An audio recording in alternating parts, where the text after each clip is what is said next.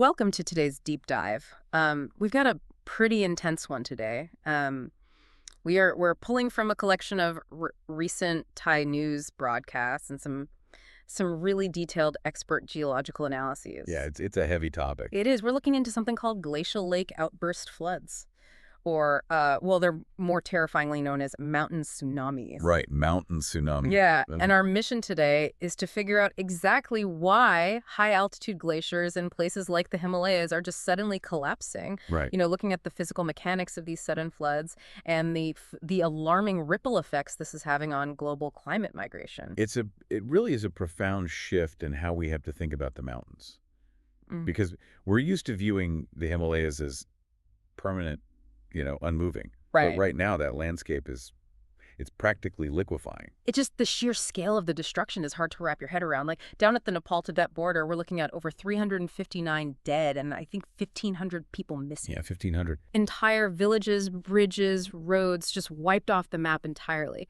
And we saw similar devastation earlier in Uttarakhand in India, where a sudden roar of water just destroyed massive dams and trapped all these workers. It's devastating. It really is. Okay, let's unpack this a bit because it basically sounds like nature is building a really faulty bathtub out of loose dirt and ice and then just leaving the tap running on full blast. That's exactly what it is. Yeah. And the materials making up that bathtub are incredibly fragile. Right. What happens during these events, like take the Nepal-Tibet border, for example, you have a gigantic glacier that literally plummets from an altitude of about 5,200 meters all the way down to 1,200 meters. Wait, 5,200 down to 1,200? Yeah. That is a massive drop. It's a huge drop. All that falling ice and rock and soil, it crashes into a river valley and forms what we call a landslide dam. Oh, okay. So instead of, engineered concrete, you just have this giant unstable pile of rubble just blocking a fast-flowing river. Exactly. Yeah. And the water from the rapidly melting glacier behind it just keeps filling up that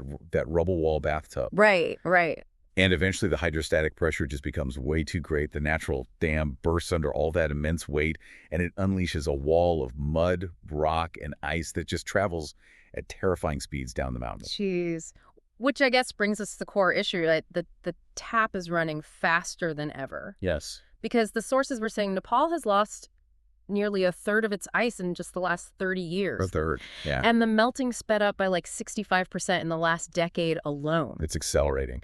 Right, and there was that National Geographic study pointing out that between 1990 and 2010, over 900 new glacial lakes formed across high-altitude Asia. So it's 900 new, completely faulty bathtubs just waiting to burst. The volume of water being generated is staggering.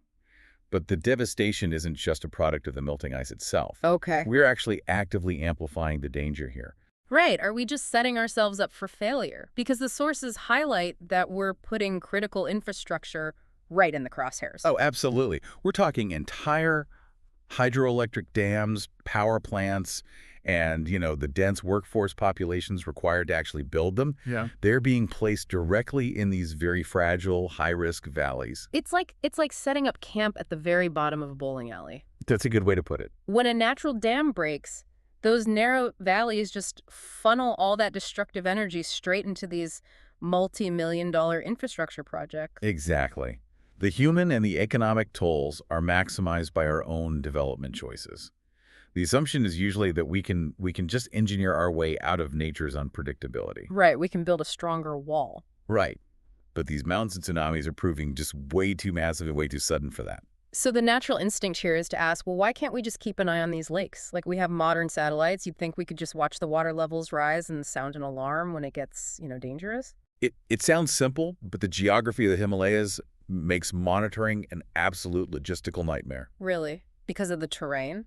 Terrain, weather, everything. I mean, satellites can take pictures, sure, but cloud cover often obscures the view for weeks at a time. Oh, I didn't even think about that. Yeah, and physical early warning systems, like actual sensors placed in the valleys, they routinely get destroyed by just minor rockfalls or avalanches before the actual flood even hits. Wow, so the alarms get wiped out by the mountain before they can even go off. Exactly. Plus, you have to factor in the sheer economics of it, right? Right. Monitoring thousands of these remote, super high-altitude lakes requires massive, which completely shifts how we have to think about climate threats. Yes. Because we constantly talk about, sea level rise, swallowing coastlines. Hmm. But these sources prove that the mountains are becoming just as unlivable.